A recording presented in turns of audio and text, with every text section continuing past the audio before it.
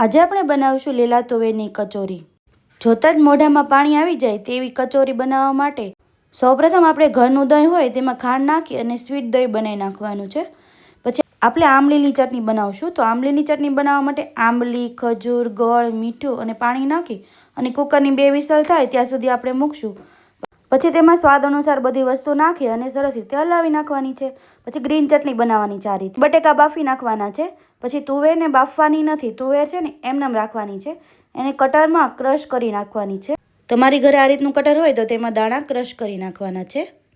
પછી આપણે લોટ બાંધીશું। તો લોટ બાંધવા માટે 1 ગણો મેંદાનો લોટ અને 3 ગણો ઘઉંનો રોટલીનો લોટ હોય તે નાખી અને સ્વાદ અનુસાર મીઠું અને તેલનું મોણ નાખી અને લોટ સરસ રીતે બાંધી નાખવાનો છે।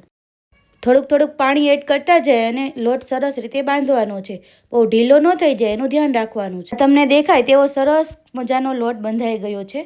પછી એક તવલામાં તેલ મૂકી આદુ મરચાંની પેસ્ટ નાખવાની છે અને આપણે જે તુવેરનું દાણાનું ક્રશ કરેલું હોય તે નાખવાનું છે અને સરસ રીતે હલાવવાનું છે। થોડીક વાર ચડી જાય પછી આપણે તેમાં મીઠું, હળદર નાખી અને થોડીક વાર માટે ચડવા દેવાનું છે। આ ગ્રેવી ચડી જાય એટલે એમાં આપણે બટાકાના જે બાફેલા હોય તે નાખી અને મેશ કરી દેવાના છે। આ બટાકા સરસ રીતે ભળી જાય પછી આપણે તેમાં ચાટ મસાલો અને ગરમ મસાલો નાખવાનો છે। અડધી ચમચી જેટલી ખાંડ અને 1 લીંબુનો રસ નાખવાનો છે। પછી બધી વસ્તુ સરસ રીતે ભળી જાય એટલે ચમચાની મદદથી એને સરસ રીતે હલાવી નાખવાનું છે અને પછી તેમાં આપણે ખમણેલું ટોપરું હોય તે નાખી અને સરસ રીતે હલાવી નાખવાનું છે। તો આપણો બની ગયો મસાલો તૈયાર। પછી એક પેનમાં તેલને ગરમ કરવા મૂકી અને કચોરી બને એ માટે આ રીતે ગોળ ગોળ રોટલી નાની પૂરીની જેમ મળી અને વચ્ચે મસાલો ભરી અને સરસ રીતે 2 પડ ચોંટાડી દેવાના છે। આ રીતે ગોળ શેપમાં આપણે કચોરી તૈયાર કરી નાખી। આપણે જે તેલને ગરમ કરવા મૂક્યું છે તે તેલ આવી ગયું હોય તો આપણે કચોરી એમાં તળી નાખશું। આ કચોરીને આપણે બંને સાઈડ સરખી તળી નાખવાની છે। તો બની ગઈ આપણી કચોરી તૈયાર।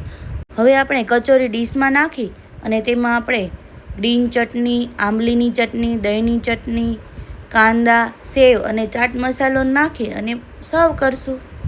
તો બની ગઈ છે આપણી લીલા તુવેરની કચોરી। એકવાર જરૂરથી ટ્રાય કરજો। તમને મારો વિડીયો ગમ્યો હોય તો તમે કયા સિટીમાંથી વિડીયો જોવો છો એ કમેન્ટમાં જરૂરથી